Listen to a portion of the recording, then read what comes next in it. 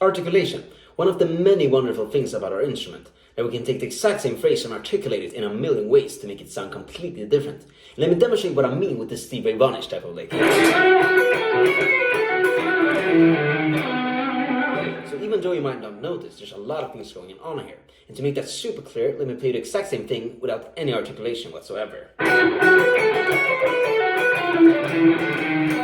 So the first thing we can do to make what I just played sound a lot more interesting is obviously that it bends. So firstly, you can come into the bend with a slide, which gives it this smooth type of sound. You can also come into the bend with a ring,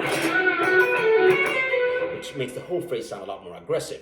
Another thing you can do is to add slides. So instead of coming into the next part of the lick like this, you can come into it with a slide instead, which sounds much cooler. And you can do this all over the lick if you want. The next thing you can do is to add ricks. So instead of going into the last part of the lick with string skipping, you can go into it with a rake instead.